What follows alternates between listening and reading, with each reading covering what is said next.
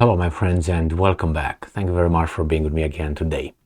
A short update of the front in Ukraine, and unfortunately this is going to come from the Ukrainians only. I will use the Russians only their map, but the map is from yesterday because it seems like the Russians were slackers today. I don't know what they were celebrating, but anyway, they didn't update it, so they provided only an update from yesterday. And I'm using usually the Ukrainians and the Russians so we can balance or at least enhance the lie. All right, because they both lie. Just start with that one. So let's see what the Ukrainians are saying. Comes from Ukraine Forum. It is from the 21st of April 2023. War update. Ukraine's defense forces repel about 30 enemy attacks in 4 directions. In the past 24 hours, Ukraine's defense forces have repelled about 30 enemy attacks in Bakhmut, Avdiivka, Marinka, Shakhtarsk direction. So, Liman no more. So let's see what the Russians are showing here. So, just for orientation purposes, obviously this is Ukraine. This is from the 20th, from yesterday. They're talking about this area right here, from Bakhmut, Avdiivka, Marinka. They call it Artemovsk. Liman would have been here, and Shakhtarsk would be south of Marinka. So let's get it going with the Ukrainians. Russian troops continue focusing efforts on conducting offensive actions in the aforementioned directions. The Donetsk region's Bakhmut is remaining the epicenter of hostilities. Yesterday it was, if I remember correctly, Marinka. Now it's again Bakhmut. So maybe they're going to give us an update on that one. Over the past day, Russian invaders have launched 28 airstrikes and 2 missile strikes and opened fire with multiple launch rocket system MLRS about 20 times.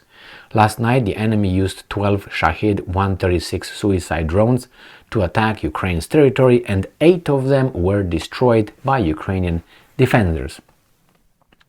So, out of 12, they destroyed 8. Okay, the threat of Russian missiles and airstrikes is persisting all over Ukraine. Well, I don't know, the Russians have only 9 vessels in the Black Sea with 8 caliber cruise missiles. So there's not going to be any attack. Take it easy, relax. I'm telling you that. With 8 missiles in the Black Sea, you don't do squat. But anyway, in the Volyn and Polisia directions, now these are usually when they start, the Ukrainians start their update like a general statement, as they did, and then they tell us what's going on here in the north by Belarus, right here. And then they go here in Chernihiv, Sumy, Kharkiv or Kharkov. So this is northeast. And then they go east, and they're going to go southeast, and then eventually Kherson south. Nothing about Crimea ever somehow, unless something major happens. So they started with Volyn and Polisia directions. The operational situation remained rather unchanged. Belarusian units continue completing tasks within the area bordering with Ukraine. Some Russian military units are remaining within the territory of Belarus. In the Siversky and Slobozansky directions, the aggressor continues to keep a certain number of troops within the border area of Russia's Bryansk, Kursk and Belgorod regions. Those are right here. So here is Bryansk, this is Kursk, this is Belgorod. So the Russians are keeping some forces here in Belarus. The Belarusians are moving left to right, just use gas. And these guys are staying here on standby. Therefore, the Ukrainians have to keep forces all along this east, northeast and north border. So let's go back to this. Over the past day, Russian troops have opened fire on the Chernihiv region's Leonivka, the Sumy region, Kindrativka, and the Kharkiv regions Hoptivka and Vovchansky Khutori. So, according to the Ukrainians, the Russians opened fire on this area right here. I'm assuming because this is the Kharkiv and nothing shows here by Belgorod, so this is where they opened fire, according to the Ukrainians. In the Kupiansk direction, Russian invaders attempted to improve their tactical position, launched an attack near Liman, and he didn't say that, baby doll, right here. You said here Bakhmut, Avdiivka, Marinka and Shakhtarsk. All right, well, maybe that's where you attacked. They attacked? Okay, they're repelled. So let's see, they didn't repel anything in here in Liman. The Kharkiv regions, Krasne Pershche, Dvorichnya, and 3 more settlements came under enemy fire. In the Liman direction, this is the one that they didn't mention, Russian troops did not conduct offensive actions. Oh, right, thank you very much for the clarification. The enemy launched artillery strikes on the Luhansk region's 1, 2, 3, 4, 5 settlements, the Donetsk region 1, 2, 3, 4 settlements. So they did not conduct offensive right here. This is Liman here somewhere. I don't know if they show it here. Liman right here, where my little beautiful hand is, right here. Okay, so they didn't conduct anything here, but they bombarded in this area. Now we're going to go down to Bakhmut, probably.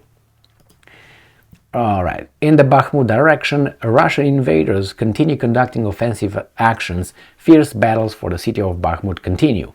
Near Bohdanivka, the enemy conducted unsuccessful offensive actions. The enemy shelling affected the Donetsk regions and gave 1, 2, 3, 4, 5, 6. These are obviously west of the line and New York. So they shelled this area. They attacked this one and shelled behind here. So they cleared what's here so they can move in. Now they'll go south a little bit. South of Bakhmut. In the Avdiivka direction, Russian occupiers were conducting offensive actions near the Donetsk regions Novokalnove, Stepove, and Nevelske, but had no success. No wonder. In the Marinka direction, Ukrainian forces repelled numerous enemy attacks near the Donetsk region's Marinka.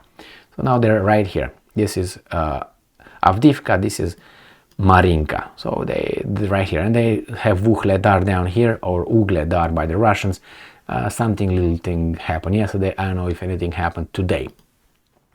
In the Shakhtarsk direction, this is where Vuhledar is. Russian troops conducted unsuccessful offensive actions near Vuhledar. The enemy opened fire on the Donetsk regions, and Vuhledar. In the Zaporozhye and Kherson region, this is southeast and south, Russian occupiers continue holding defense. The enemy launched mortar and artillery strikes on the Zaporozhye regions Olhivske, Malinivka, Huliapole, Novodanivka and Novoandrivka and the city of Kherson. So they just shelled, according to the Ukrainians, this area. So this right here is Zaporozhye, this is Kherson. Nothing really happened here, according to Russians. And here the blue ones these are Ukrainian attacks. This is from yesterday, remember. I covered this one in the daily update. In the past 24 hours, Ukraine Air Forces has launched one strike on the enemy personnel and military equipment cluster. Ukrainian missile and artillery units hit one Russian personnel cluster, one air defense missile system, and 2 more important enemy targets. I would like to know what those are. An outhouse and a sauna. Anyway, they will not tell us it's so important. Ooh. Anyway.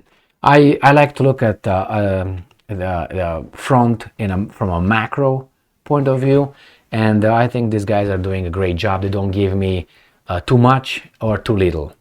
With the using the Russian article completes the Ukrainian lie, just to make it that way. Or at least whatever they are allowed and what they decide to tell us. And believe me, and you know that, they hide a lot.